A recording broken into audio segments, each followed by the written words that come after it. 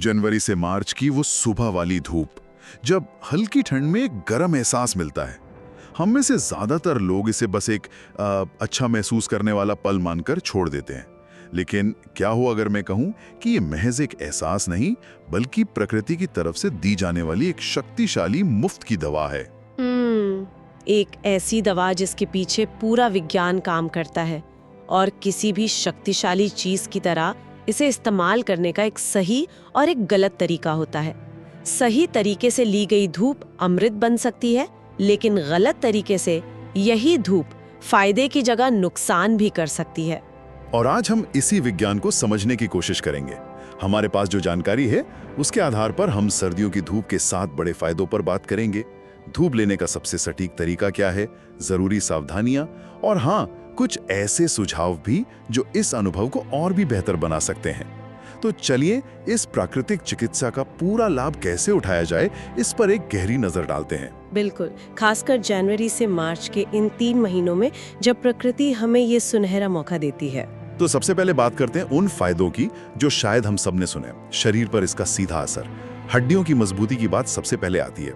कहा जाता है कि धूप हड्डियों के लिए जरूरी है ना, खासकर घर के बुजुर्गों के लिए।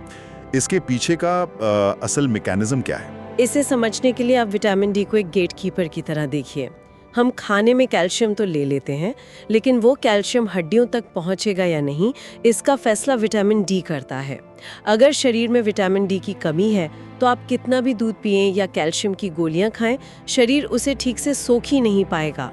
धूप हमारी त्वचा पर पड़कर इसी विटामिन डी को बनाने की प्रक्रिया शुरू करती है, और रोजाना सिर्फ 15-20 मिनट की धूप इस गेटकीपर को एक्टिवेट करने के लिए काफी है। अच्छा, तो ये सिर्फ विटामिन डी बनाने के बारे में नहीं है, ये उस विटामिन डी के जरिए कैल्शियम को काम पर लगाने के बारे में है। इसी से जुड़ा एक और मुद्दा है, जोड़ों का दर्द। सर्दियों में तो ये शिकायत बहुत आम हो जाती है। क्या धूप इसमें भी कोई मदद करती है? बिल्कुल करती है, और इसके 2 कारण हैं। पहला तो ये कि धूप की सीधी गर्मी एक, आप कह सकती हैं, प्राकृतिक हीटिंग पैड की तरह काम करती है। ये मांसपेशियों और जोड़ों की अकड़न को कम करती है और वहाँ खून का बहाव, मतलब ब्लड सर्कुलेशन बढ़ाती है, जिससे दर्द में राहत मिलती है।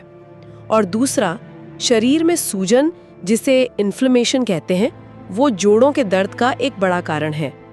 विटामिन डी एक बहुत शक्तिशाली एंटी इन्फ्लेमेटरी एजेंट है, मतलब ये शरीर की अंदरूनी सूजन को कम करता है। मतलब धूप एक ही समय में बाहर से गर्मी भी दे रही है और अंदर से सूजन भी कम कर रही है। एग्जैक्टली, वाह, ये तो कमाल है। और दिल की सेहत का क्या?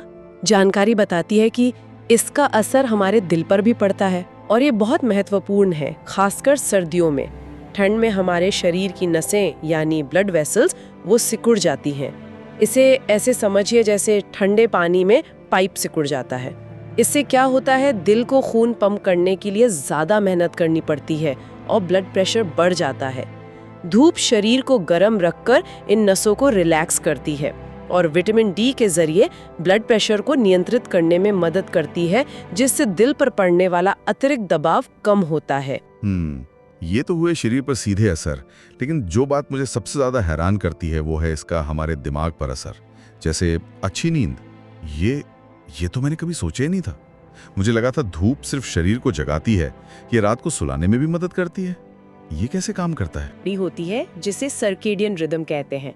जब सुबह हमारी आंखों के जरिए सूरज की रोशनी अंदर जाती है तो ये दिमाग को संकेत देती है कि दिन हो गया है, अब जागने का समय है। इससे मेलाटोनिन नाम का स्लीप हार्मोन बनना बंद हो जाता है, और जब शरीर दिन में सही समय पर मेलाटोनिन बनाना बंद करता है, तभी वो रात में सही समय पर उसे दोबारा बनाना शुरू कर पाता है, जिससे हमें गहरी और अच्छी नींद आती है। अरे वाह, मतलब अच्छी रात के लिए एक अच्छी सुबह जरूरी है ना। और मूड का क्या? सर्दियों में कई बार जो एक उदासी और सुस्ती महसूस होती है, जिसे विंटर ब्लूज भी कहते हैं, क्या धूप उससे भी लड़ सकती है? और बहुत प्रभावी ढंग से।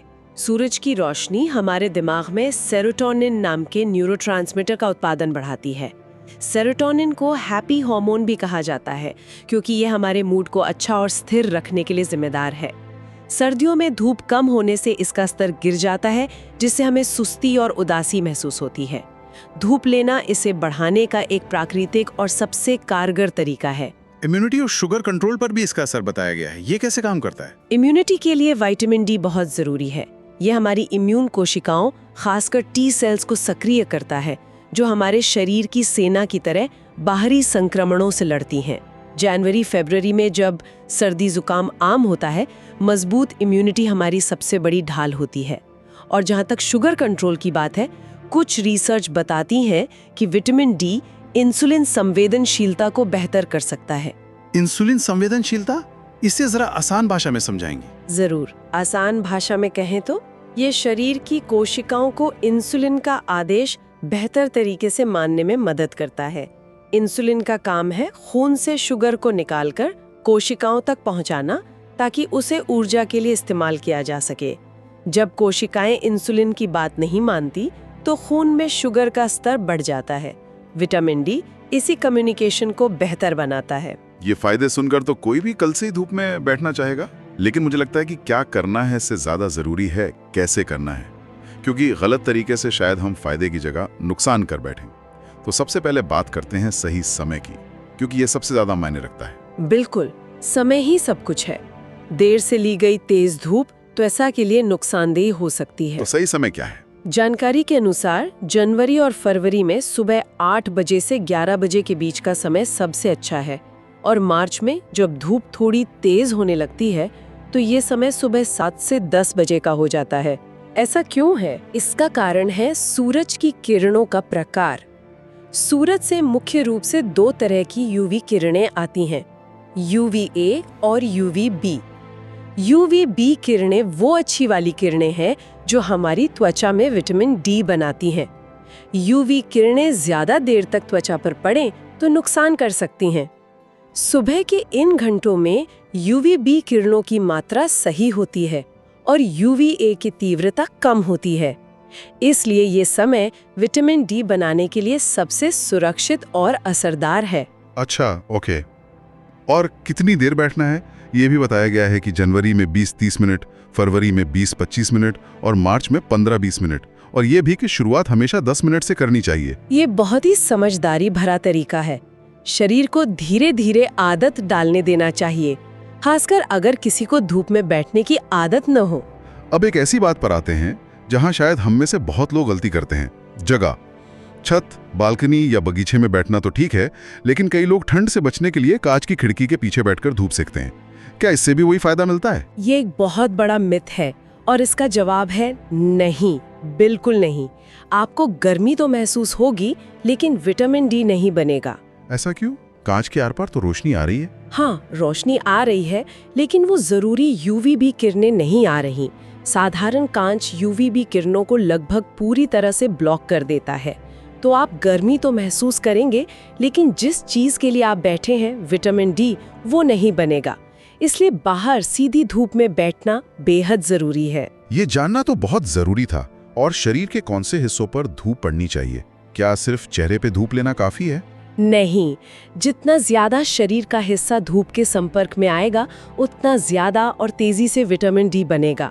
हमारी पीठ और हाथ पैरों की त्वचा का एरिया चेहरे से कहीं ज्यादा होता है, इसलिए सलाह दी जाती है कि गर्म कपड़े पहने, लेकिन अपने हाथ और पैरों को खुला रखें ताकि ज्यादा से ज्यादा त्वचा पर सीधी धूप पड़ सके। तो अब जब हम सही तरीका जान गए हैं, तो उन सावधानियों पर भी बात करना जरूरी है जिनका ध्यान ना रखा जाए तो मुश्किल हो सकती है। सबसे पहली बात तो ठंड से बचाव की ही है। हाँ, क्योंकि हम फायदा लेने गए हैं, बीमार पड़ने नहीं। शरीर के तापमान में अचानक बदलाव बहुत खतरनाक हो सकता है, जैसे गर्म धूप से उठकर एकदम ठंडे कमरे में चले जाना, खासकर उन लोगों के लिए जिन्हें ब्लड प्रेशर की समस्या है। इससे बीपी अचानक घटिया बढ़ सकता है। इसीलिए सलाह दी जाती है कि अगर किसी का बीपी नियंत्रित नहीं रहता, तो उन्हें डॉक्टर से पूछकर ही धूप सेकनी चाहिए। और पानी पीने के बारे में भी एक जरूरी बात कही गई है। सर्दियों में वैसे भी प्यास कम लगती है, और यही गलती हो जाती है। धूप में बैठने से भले ही पसीना ना आए, शरीर से नमी कम होती है, जिसे डिहाइड्रेशन कहते हैं।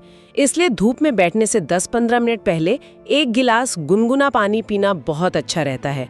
ये शरीर को हाइड्रेटेड भी रखता है और अंदर से गर्म भी। खाली पेट बैठने के लिए भी मना किया गया है। क्यों? क्योंकि शरीर को अपना तापमान बनाए रखने के लिए ऊर्जा चाहिए होती है, और ये ऊर्जा खाने से मिलती है। खाली पेट बैठने से ठंड ज़्यादा लग सकती है, कमज़ोरी या चक्कर जैसा महसूस हो सकता है। हल्का गर्म नाश्ता करके बैठना सबसे अच्छा है। जमीन पर सीधे बैठने के बारे में भी एक चेतावनी है, खासकर अगर किसी को जोड़ों में दर्द है। ये एक बहुत ही व्यावहारिक सलाह है। जनवरी-फरवरी में ज़मीन, चाहे वो पत्थर की हो या मिट्टी की, बहुत ठंडी होती है। अगर आप सीधे उस पर बैठते हैं तो शरीर नीचे से ठंडक खींचेगा और जोड़ों का दर्द या अकड़न बढ़ सकती है। हमेशा कुर्सी, चटाई या किसी गद्दे का इस्तेमाल करें।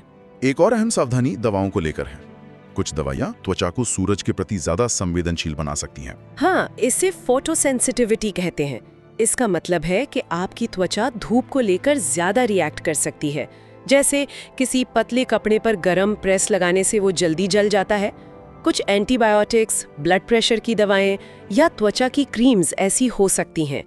अगर कोई नियमित रूप से कोई दवा ले रहा है तो डॉक्टर से एक बार पूछ लेना हमेशा सुरक्षित होता है। चलिए अब कुछ अतिरिक्त और मजेदार सुझावों की बात करते हैं जो इस अनुभव को सिर्फ फायदेमंद ही नहीं बल्कि आनंददायक भी बना सकते हैं। जैसे एक सुझाव है कि धूप में बैठकर हल्के व्यायाम या स्ट्रेचिंग की जाए। ये एक बेहतरीन सुझाव है। मैं तो कहूंगी कि ये धूप के असर को दुगना कर सकता है। सर्दियों में हमारा ब्लड सर्कुलेशन वैसे भी धीमा हो जाता है।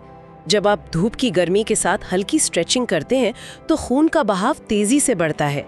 इसका मतलब है कि धूप से बना विटामिन डी और ऑक्सीजन शरीर के हर कोने तक ज्यादा प्रभावी ढंग से पहुंचते हैं। सच कहूं तो जनवरी में सुबह 8 बजे रजाई से निकलकर बालकनी में बैठना अपने आप में एक चुनौती है।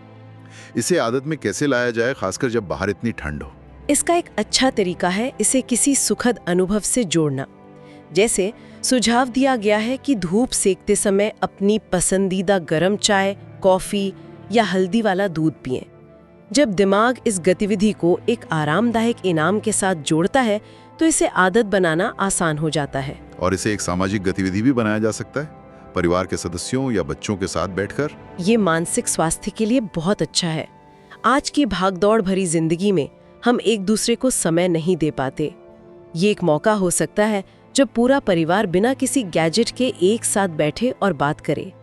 धूप से मिलने वाली सकारात्मक ऊर्जा जब परिवार के साथ से मिलती है तो उसका असर कई गुना बढ़ जाता है। और एक आखिरी और शायद सबसे व्यावहारिक सुझाव दिया गया है जो इस पूरी प्रक्रिया को एक निजी प्रयोग जैसा बना देता है। हाँ, और मैं सभी को ये करने के लिए प्रोत्साहित करूंगी।